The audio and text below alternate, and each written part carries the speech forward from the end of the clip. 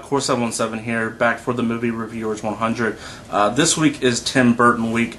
I'm not really a big fan of Tim Burton at all. I used to be, not so much anymore, but I chose my favorite Tim Burton film to review this week, and that is Big Fish. Big Fish is based off the novel by Daniel Wallace, and it is written for the screen by John August, who writes most of the screenplays for Tim Burton movies. The story takes place in present day with Albert Finney, who plays Edward Bloom, who is dying, and his family kind of comes together. His wife, played by Jessica Lange, and his son, played by Billy Crudup, and his son, I believe his son's girlfriend, played by Marion Cotillard.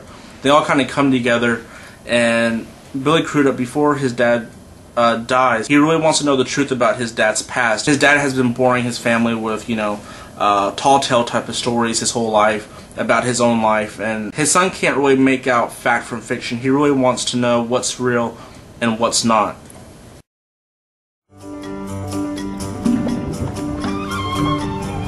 In telling the story of my father's life, it's impossible to separate fact from the fiction, the man from the myth.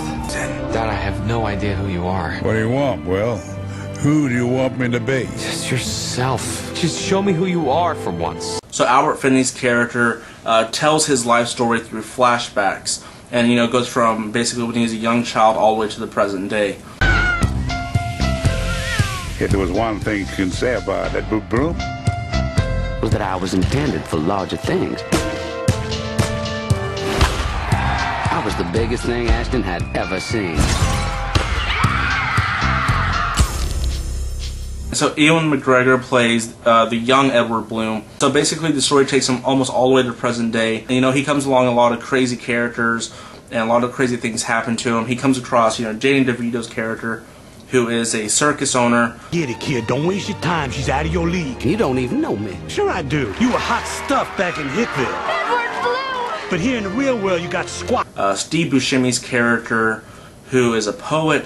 Helena Bonham's character, who is in all Tim Burton's films, but in this film she plays Jenny, who is kind of a mysterious recluse.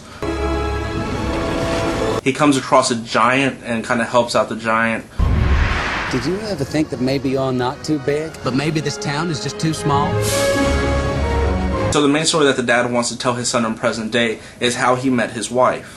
Now, his wife in flashbacks is played by Alison Lohman, who you might know from Drag Me to Hell. She did an awesome job in this film, as with everyone else, but she especially had a very kind of challenging role because her character takes many forms throughout the film. I mean, she doesn't change like physically, but her character changes quite a bit throughout the film. they say when you meet the love of your life, time stops. And that's true.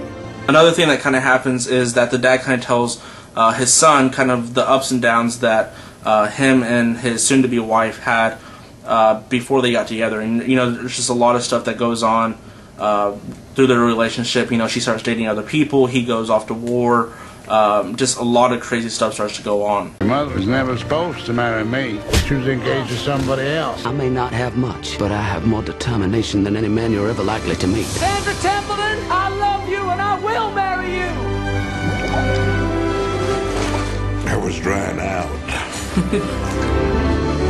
And basically by the end of the film, the son, Billy Crudup, is able to basically piece together his dad's life and kind of figure out what's fact, what is fiction, and he's basically able to kind of sum it all up together. And it really leads to a nice conclusion. I know a lot of people thought that the ending was kind of lame, a lot of people didn't really like the ending, but in my opinion I thought it was a really nice ending. It really pieced together really nicely, and I really enjoyed it. In telling the story of my father's life, Bravo Company, go! doesn't always make sense, but that's what kind of story this is. The thing I didn't really like about this film was that a lot of the stuff in present day really seemed to drag. There was a lot of really slow, dialogue scenes. Some of the present day stuff could have been kind of rushed to kind of help the story a little bit more. Everything else, though, I really liked about the film. I mean, the directing from Tim Burton, the story was just fantastic, and it was really solid in my opinion. All the actors and actresses in this film were fantastic. I mean, everybody pulled their own, and yeah, I mean, the acting in this film is superb. Also the visuals, of course, you know, Tim Burton films are always very visual.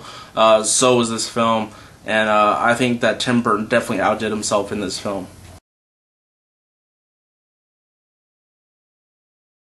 Overall, I'm not a big Tim Burton fan, but I really enjoy this film, and I highly recommend it to everyone who hasn't seen this film. If you haven't seen it, definitely go out and probably buy it, because I think anybody will enjoy this film. If you're a big Tim Burton fan and you like his sense of style as a director, you like his films, definitely check out Big Fish. I give Big Fish a solid 9 out of 10.